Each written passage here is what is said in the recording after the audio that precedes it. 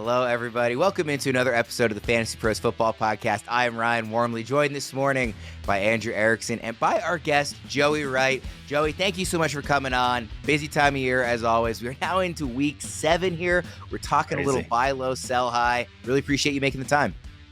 Oh, thank you guys for having me. I met Joe and actually Andrew at Flex in New York, and they brought this up, and I was like, me? Sure, let's do it. So I'm super happy to be here with you guys today. We are very happy to have you. Not so much from Monday Night Football to react to, so we'll kind of blow past that here and jump right into the trade show. Like I said, we were talking some buy low, sell high running backs today. We will start, as we always do, with the most traded running backs since the last week ended. It's only about a day and a half, but these are the guys who are being moved in most leagues. And the most traded running back right now is Saquon Barkley. Erickson, I will start with you here. Are you buying, selling, or holding on Saquon? So I think with Saquon, originally I felt like I wanted to be a buyer, coming off a solid game in prime time, saw a ton of touches, 24 carries, 93 yards, 4 catches for 5 yards. He looked explosive, but at the same time, it's like, right, this Giants offense, like how good can it really be? They're also facing the league's worst defense when it comes to giving up fantasy points to running backs. And the Giants offensive line is still a mess. It should improve as they got guys healthier. But at the same time, like, what are you really getting when you trade for Saquon Barkley? So originally I was like, okay, I kind of want to buy him. But now it's like, man, he did peak a little bit here in this last game. Maybe it is time to kind of rid yourself of Big Blue, any Giants pieces. I think that that's probably the safe move. So after initially thinking, okay, he's a buy, I think that I would probably try to put him on the block and see what I can get for him. If someone's going to give me an RB1 in a better situation, I think I may lean towards that side as opposed to trying to go out and buy Saquon just because the Giants are kind of a mess right now. What do you think, Joey? Buy, sell, or hold? Yeah, for me, I guess I'm holding because I am afraid to sell him. I just don't think you could get a great return on him. What we saw of him last week was 28 total touches for 98 yards. That's kind of a disappointing Saquon day, but a really good day for any other running back. And he feels a bit matchup proof. I'm just afraid I wouldn't get enough back in trade. So I feel like I do have to hold him, and I'm definitely not going to buy him with all the question marks going on with the Giants right now. We've got some big name trades that have gone down in the last day and a half, and I want to throw some of them your guys' way and see what you think if you would take one side or the other. The first one is a couple of big names that maybe haven't quite lived up to their billing this year. One of them just played last night, and that's Saquon Barkley for CeeDee Lamb. Joey, would you make that trade? If I needed the wide receiver, I would bring CeeDee Lamb onto my team. Yeah. How about Saquon Barkley plus Chris Godwin for Kenneth Walker, Joey? No, I'm going to hold Godwin and Barkley. Who are we talking about? Barkley, yeah. Yep, Saquon. And then lastly, Saquon for James Cook plus Rashee Rice. So I'm not really in on James Cook or Rashee Rice. I was a little earlier this offseason, so I'm going to hold Barkley there too. I just don't think that's enough to pull Barkley away from me. Erickson, what do you think about those trades? Do any of them stand out to you? Again, it was Saquon for CeeDee Lamb, it was Saquon and Godwin for Kenneth Walker, or it was Saquon for Cook and Rice? I think I honestly like the Saquon side on most of those deals just because it's really hard to get running backs. Like, if you've been trying to make trades in leagues, look, I've been trying to trade CeeDee Lamb all year, and I cannot get the best offer I got was Deontay Foreman. Like, that's literally the best deal I could get for CeeDee Lamb. And again, now he's coming off a better game, but you have to pay a better wide receiver to get a lesser running back. That's just how it works because of how scarce the running back position is in fantasy football. So Saquon Barkley, yeah, it's not ideal, but he's still a running back who sees 20 plus touches per game and is a bell cow. Like, that is still very valuable even on a bad offense. So I would rather have Barkley than CeeDee Lamb. CeeDee Lamb has been a disappointment all year long. He's a fringe he's viewed as a wide receiver 1, but he's not a wide receiver 1 in fantasy. He hasn't been anything like that all year long. So he got out-targeted by Michael Gallup. Like, I'm not hopeful that Lamb is going to turn around a wide receiver 1 season, so I'd rather just keep the running back. I think Chris Godwin can be a wide receiver 1, but with Baker Mayfield, he really hasn't been a difference maker. He's replaceable, honestly. Like, I can find Chris Godwin production elsewhere. So I think I would hold the running back just because with teams that I have personally, like, I need running back points way more than I need wide receiver points. I think that's probably true for most people, especially after this last week. The NFL season is going strong, and DraftKings Sportsbook is hooking new customers up with an offer that's even stronger. Bet $5 on any game this week to score $200 instantly in bonus bets, and DraftKings isn't stopping there. All customers can take advantage of a sweetener offer every game day this October. It's actually pretty tough to pick my favorite game on the Week 7 slate. There's a strong case to be made for Ravens-Lions or Chargers-Chiefs. But I think I have to go with Dolphins at the Eagles. The spread is Philly by 2. The total is 52 points over on DraftKings Sportsbook. So this shapes up to be an awesome game. However you bet that one, get in on the game day greatness. Download the DraftKings Sportsbook app now and use code FantasyPros. New customers can score $200 instantly in bonus bets when you bet 5 on the NFL. That's code FantasyPros only on DraftKings Sportsbook, an official sports betting partner of the NFL. The crown is yours. Joey, I will go to you here first for our next most traded running back, and that is Isiah Pacheco. So are you buying, selling, or holding the Chiefs running back? I think this whole exercise of all the players you sent me showed me that I'm just afraid to make trades because I'm holding Isiah Pacheco. He's double digits of fantasy points in 4 out of the last 6 games. Current RB12, kind of surprising to see that. Averaging 14.5 PPR fantasy points per game right now. He's leading the team among running backs with a 53% snap share. Now, I know that's kind of low, but he has 65% of the team's running back total touches. And he's already eclipsed his 2022 receiving workage there in Kansas City. And I understand wanting to sell him. I get it. He's having a good season. But I want pieces of this Chiefs offense. And outside of Kelsey, I do feel like Pacheco might be the safest option. In our consensus rankings, Joey, Pacheco in half PPR is listed as running back 16 rest of season in our consensus rankings. Do you think that's too high, too low, or just right? I think that's kind of just right. And I just want to say my last name one more time on the show today so everyone checks me. No, I'm kidding. But no, that does feel right for Pacheco because I don't think he's a top 12 running back. I just think he's on a great team in a great situation, and he's playing really well this season. Erickson, what do you think about Pacheco? Buy, sell, or hold? I've been screaming to the rooftops to buy Pacheco all year long. I think that he's been underrated and undervalued. Look, my concern with him entering the year was like this guy's going to get hurt because he runs like a maniac. But so far he's been healthy. And who's the best player on the Chiefs offense besides Mahomes and Kelsey? How is it not Isiah Pacheco? Like, can you trust any of these wide receivers? No. Like Rashee Rice is starting to get that uptick, but still he's a rookie. And the way they rotate the receivers, it's scary. Pressing the start button on any Chiefs wide receiver. So for me, Pacheco's been steady. He's been consistent. He's involved in all facets. Yeah, they sprinkle in Edwards-Helaire and McKinnon at times, but I mean, Broncos are coming up again. The Chargers are coming up in matchups. Like, buy Pacheco. Like, I'm going to buy him. Let's throw out some trades that have gone down recently with Pacheco. First one here is Isiah Pacheco for Jordan Addison plus Zay Flowers. Erickson, what do you think about that one? I mean, if I need the receivers, then yeah, I think that the receivers are probably a good prize there, but most of the time I don't. So I can't give up a starting running back for 2 receivers if I can't start both of them and I'm getting an immediate upgrade. So probably just going to lean on the running back. There were a lot of Pacheco for 1 receiver trades, so that's what most of these are. This other one is Pacheco for Ayuk or Amon-Ra St. Brown. Either of those guys, Erickson? Those guys are too high in my rankings for Pacheco. Like I mean, I think Ayuk is like just so good. Like I think is going on to another level. And if Brock Purdy hits him on like one of those deep balls, like he's going over 100 yards easy against the Cleveland Browns. And then Amon-Ra showed us last week that he's fully back. He was banged up a little bit earlier in the year, but he's still Jared Goff's guy, and that Lions offense is cooking right now. So I'm going to keep the Sun God. I'm going to keep Ayuk. Another either or here: Pacheco for Adam Thielen or Puka Nacua or Garrett Wilson. All 3 of those were trades that happened yesterday. Adam Thielen, Puka Nacua, or Garrett Wilson. Any of those 3 for Pacheco, Erickson? Probably only Nacua. I think that he just has like top tier upside still, and he's kind of an interesting buy low after coming off some 2 meh games, even though he dropped a touchdown. So that's probably what I would do. But Garrett Wilson's too risky with the Jets situation. And I mean, Adam Thielen, we'll get into it, but not trading for him. That one's coming up again later. Joey, Isiah Pacheco for Addison and Flowers together. Did that one interest you? I don't know if you saw my face. I kind of piqued my interest. And it's not the Addison side that I like. It's the Zay Flowers side. I am just in love with that guy. Every time he gets the ball in his hand, it's electric.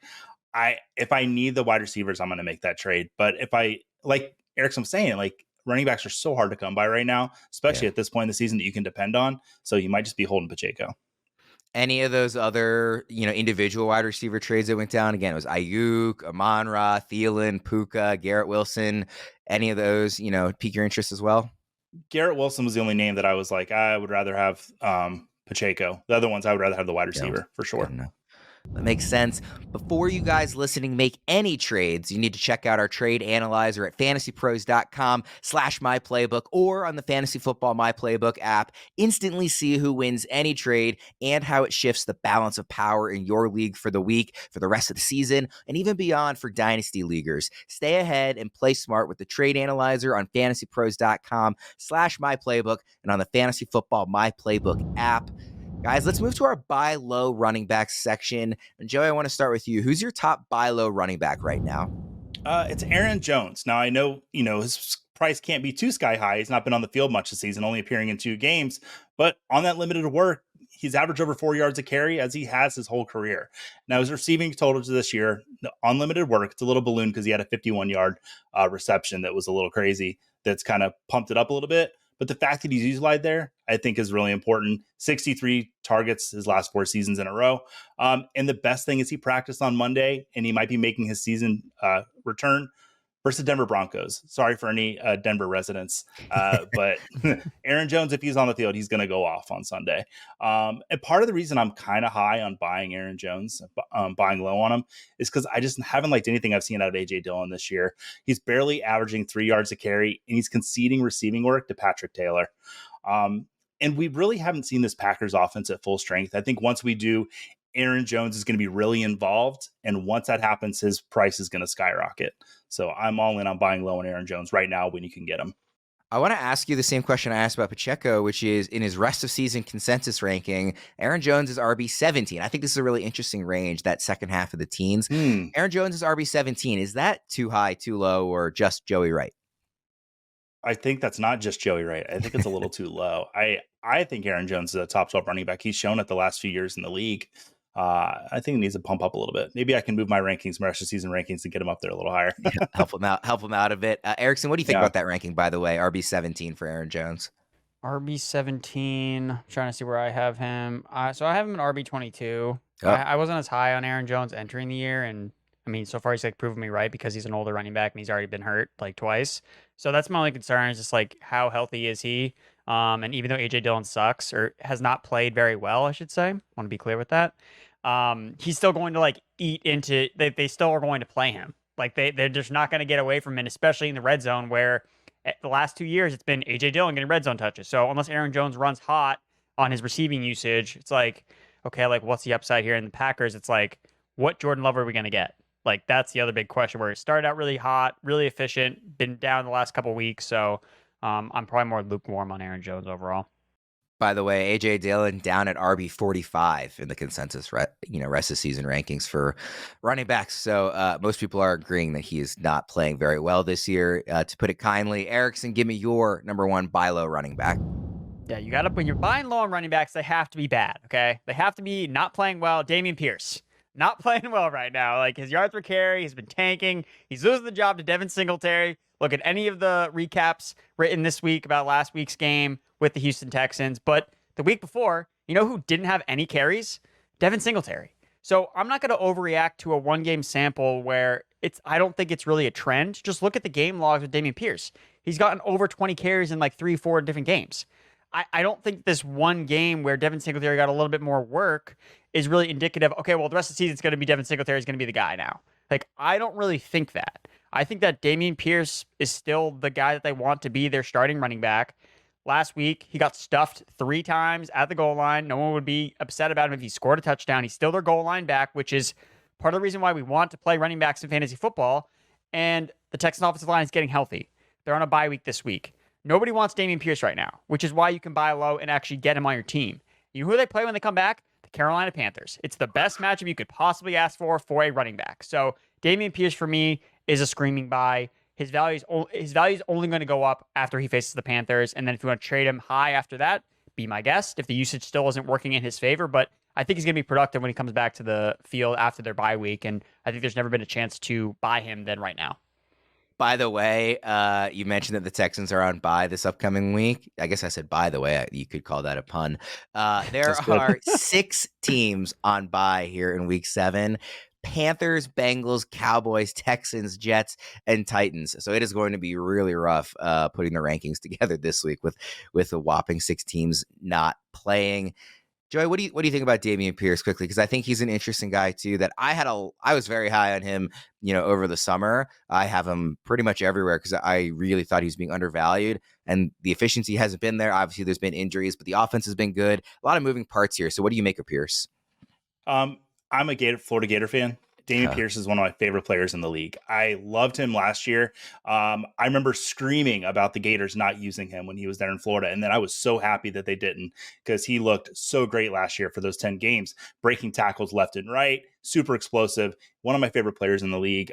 And better roads are definitely ahead for him. This Houston team is really fun, by the way. Like, they're a really fun team to watch. And Pierce is going to be hugely involved in that. I'm not worried about Singletary in the slightest. Yeah, it's so funny how one really good quarterback just all of a sudden flips a switch, and it's like I want the Texans games to pop up on Red Zone. Like, it's more fun to watch them now. Mm-hmm. And like a year ago, it was time for a bathroom break whenever they pop up. I mean, it's really night and day. Just thanks the Patriots to now. Yeah, pretty much. Pretty much. No offense, Erickson. Let's go to the sell high running backs. Joey, I'll start with you again here. Give me your number 1 sell high running back. And I will say, originally you had sent me Kyren Williams. We decided to change that given the injury news that came down yesterday. So beyond Kyren Williams, who's your number 1 sell high running back? Yeah, I think you said I got my answers in a little too quick. Maybe I was a little too excited to be here today. This was before the injury really came to fruition. But no, for me, it's Rhamondre Stevenson. Maybe the bane of my existence in fantasy football the last few years has been New England Patriots running backs. Until like 2 years ago when we saw Rhamondre, and my tune started to change a little bit, and it seemed like New England was committed to him. And then they brought in Ezekiel Elliott, and through limited work, I'm sorry, Zeke's kind of looked a little bit better this year than Rhamondre. Before last Sunday, Stevenson was averaging 2.7 yards a carry. He seems to lack the power that we saw from him the last few years, and the elusiveness too. He's only broken 3 tackles this whole year. But this past weekend, we saw Stevenson's best fantasy game of the season, 15 total touches for 70 yards and a touchdown. It was his first double-digit PPR outing in 3 weeks. The matchups ahead are not bad, so you can kind of use that as a selling point with him. But with Stevenson, along with this entire Patriots team, if I can sell them, I am. Erickson, this is one that I know you do not agree with. You have been very high on Rhamondre really all year long, even through, the struggles that he's had, and they have been significant struggles to start the year. You've still been powering through and sort of banging the drum for him. So I just want to kind of clear the deck and let you, push back against this one, Erickson. Well, I think part of the reason why Rhamondre struggled so much is look at who they've played to start the year. Eagles, Dolphins, Jets, Cowboys, Saints. Like, what matchup was good in the first 5 weeks of the year? The only one that was good was Miami, and he was a top 20 running back that week. But all those other matchups were horrible. And what did he get this week? Well, he had the Raiders. It was a good matchup. Top 10 running back. So just kind of looking at the schedule, the Bills are the worst. The Bills couldn't stop Saquon Barkley. Behind backup offensive lineman Justin Pugh was on the couch and he started at left tackle for the Giants. Like, the Bills cannot stop the run. So they're going to give Rhamondre all he can handle. And again, maybe I'm looking a little bit far here, but you look at this playoff schedule, week 17, Broncos. Week 16, Broncos, week 17, Bills. Like, there it is again. I mean, you can try to sell Rhamondre, but the fact that he was so bad to start the year, I don't think people want him. Like, that's my issue with trying to sell Rhamondre. I was like, he had a good game. And it's like, oh, well, it's the Patriots. Like, I mean, the vibes on the Patriots right now are so bad that I don't think you're going to get really what you want from Rhamondre. So I would personally just hold him. I know I have him in a bunch of leagues, and I'm going to be holding him because I just don't think that it's really worth it. And I think that just looking at even that second half schedule, like overall, Chargers, Giants, Steelers, Chiefs, like there's a lot of good matchups in the second half of the year where maybe the Patriots turn things around a little bit on offense. Maybe they blow things up a little bit, change things up. So I'm going to keep Rhamondre. I do think it's worth noting that, I mean, if you just look in half PPR, he's played 6 games. Half of those games, he has been a top 20 running back in half PPR because he's getting workload in the past game. He's finished 19th, 17th. That was weeks 1 and 2, and then 8th this past week. I mean, sort of part of that speaks to the position, right? I mean, just how much people have struggled to find good, reliable running backs. Yeah. The other 3 weeks, he was so bad. So I definitely get it. What kind of player, if you are selling him, Joey, what kind of player are you looking to get back for Rhamondre? Because running backs, like we've said today, are kind of hard to get. I wouldn't be shocked if you could grab like a Christian Kirk, who's looking really good right now, or even like maybe his teammate Calvin Ridley. I like both of them rest of the season. If I'm okay at running back, I'm happy sending Rhamondre out for either of those two guys. Erickson, who's your number 1 sell high running back? So I'm looking at Josh Jacobs, and again, you're not selling high on his production because that's not really been there. You're selling high on the hope that he will eventually turn things around because, I mean, from a usage standpoint, like Josh Jacobs is off the charts. Like he's getting all the carries, all the receptions, all the targets you could want, but this Raiders offense is struggling compared to what it was doing last year, and you're seeing the distribution of targets and receptions a little bit different, even though he's getting all the backfield touches. Like they're spreading the ball a little bit more. They're getting Jacoby Myers involved. They're getting the tight ends involved a little bit more. Devontae Adams has disappeared for the last 2 weeks. So with Jacobs, you know, he's 5th in the NFL in red zone carries. He has 2 red zone touchdowns. Like he's only scored 2 touchdowns. Do we expect the Raiders offense to just like suddenly become a lot better and just start converting these touchdowns in the red zone? Probably not, because last year Josh Jacobs ran hot and came to touchdown production. So he was due for negative his touchdowns were going to come down this year, even if he saw a similar workload. So for me, look, some of the matchups here I don't like. So you have the Bears. They're an underrated run defense. We talked about this last week. Alexander Madison did nothing on the ground against the Bears. Like he did it through the air. So whereas Josh Jacobs is involved in the passing game, I think he can be okay. I think it's going to be another like 2.5 yards per carry for Josh Jacobs. Like not good. And then who does he face after that? The Lions. Lions have turned into the best run defense in the NFL. So I think it's going to be more underwhelming. It's like, still waiting on Jacobs. Like, he's going to fire. He's going to hit. It's like, yeah, he's going to have that one game where he blows up, and then maybe you trade him. But I think I just want to kind of clear the deck of Josh Jacobs on my team. Like, this Raiders offense is underwhelming, in my opinion. And I think that his peripheral metrics look great enough where you can still sell on Josh Jacobs just based on, this guy's getting like 30 carries, 30 touches per week. He's so good. It's like, yeah, well, he's doing like nothing with them. So that's probably how I'd move away from Josh Jacobs. Joey, I want to get your opinion on Jacobs too. Rest of season consensus ranking half PPR is RB8. What do you think about that one? That's a little too high for me. I feel like this Las Vegas Raiders team is kind of like a bumpy road. Like they just can't catch a break. And yeah, Jacobs is getting utilized a lot, as well as Devontae Adams is there as well. They've kind of funneled it into 3 guys, but I'm just not liking what I'm seeing out of them, except for Devontae Adams. Like he's looking great, but I'm not. I'd be fine selling Jacobs, to be honest with you.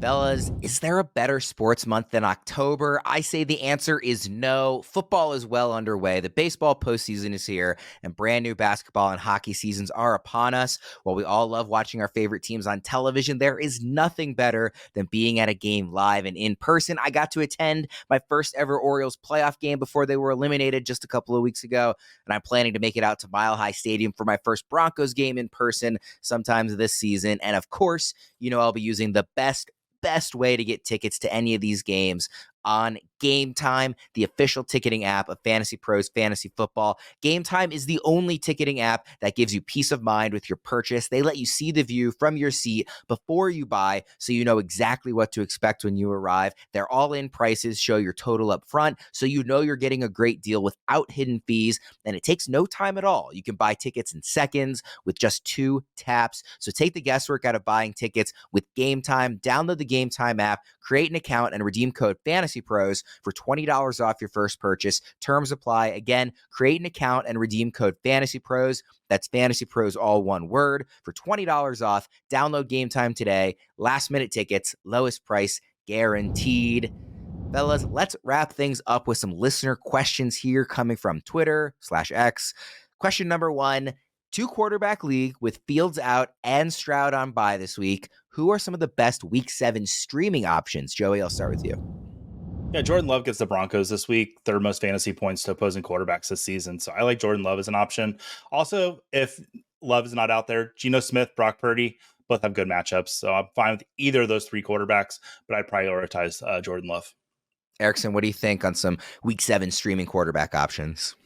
Yeah, I think Jordan Love makes a lot of sense.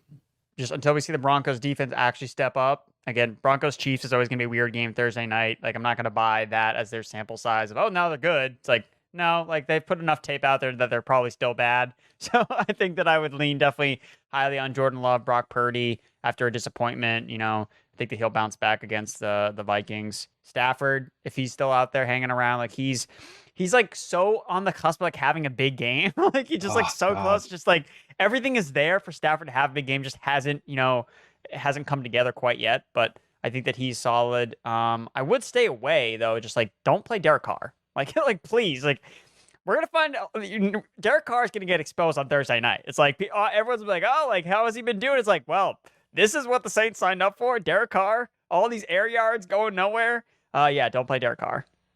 I've actually got a couple other quarterback questions here. We got a lot of them, when asking for these questions in the Twitter mailbag. But next question here is, what do we do with Kirk Cousins after seeing him without Justin Jefferson? Erickson, I'll start with you this time. I mean, I think that he just becomes much more matchup dependent. Like he's not an every week starter anymore. Like again, no rushing upside, so you don't have a floor built in. He has to get there on efficiency. And I mean, he couldn't get it done against the Chicago Bears, like one of the worst pass defenses in the NFL. So right now, I mean, you have to look at him and rank him kind of behind all these other pocket passers. It's like, week to week basis, like you're going to start Jared Goff over Kirk Cousins. Like Jared Goff has better weapons than Kirk Cousins does. So he's a streamable quarterback, but not anywhere near, I'm just going to plug him in and start him every week. He's very matchup dependent now and more or less a mid-range QB2, in my opinion. Yeah, he got dropped in the expert, consensus rest of season rankings to one spot behind Stroud. The guys in front of him are Stroud, Geno Smith, Jared Goff, Brock Purdy. So, he did drop down here after this, most recent performance. What do you think, Joey? Cousins without Justin Jefferson, where are we ranking him? Completely agree. Yeah, his next 4 matchups too are not that great. The 4 teams combined 17.4 fantasy points per game on average, so it doesn't look really great for the next 4. When the matchup's good and it's there, and hopefully Justin Jefferson comes back this season, then I think you can start putting him back in. But as it looks, I don't know if Jefferson's coming back. So yeah, anytime soon. Yeah, and no real incentive to anyway. The last one here is Sam Howell a must-start quarterback moving forward? Joey, what do you think about that one? Like Cousins before him, I think it's matchup dependent, but in Superflex or 2 quarterback leagues, he's absolutely a must-start. The only negative, and this is kind of down the road a little bit, is they face the 49ers in the championship week. So I don't think you can ride your team with Sam Howell because I don't want to have to face the 49ers in my championship week with my quarterback. Outside of that, though, I think you can start him when the matchups are good. What a bummer to get all the way to the championship and then just look and be like, oh, crap, my quarterback faces the 49ers. There goes that season. Erickson, what do you think about Sam Howell as a must-start quarterback moving forward? That's probably too aggressive, right? Yeah, I think that's probably too aggressive, especially when you look at the schedule. So he's got the Giants, then the Eagles, Patriots, Seahawks, Giants. So, there are a couple decent matchups there. But, again, he's a very volatile player, especially when it comes to he just takes so many sacks, which can, kill, the offense's production in a hurry. And we'll see how Washington kind of shakes things out when it comes to win-losses. If they ride with him the rest of the season, if they're in contention, do they move away from him? I think he's been, in real life, pretty up and down, but probably a little bit more good than bad. So I think that it's encouraging that he's at least kind of in that conversation. Is Howell going to be my start? I think if you have him on your roster, you want to hold him. But I think that he's probably still someone you want to start based on matchup. And he has the Giants this week, so that is a good matchup that you could probably still start him in. We'll wrap things up there. Everybody, please go place your bets on DraftKings Sportsbook. Go buy your tickets on Game Time. Go check out FantasyPros My Playbook and specifically the Trade Analyzer. For Joey Wright and Andrew Erickson, I am Ryan Wormeli. We'll see you guys again next time.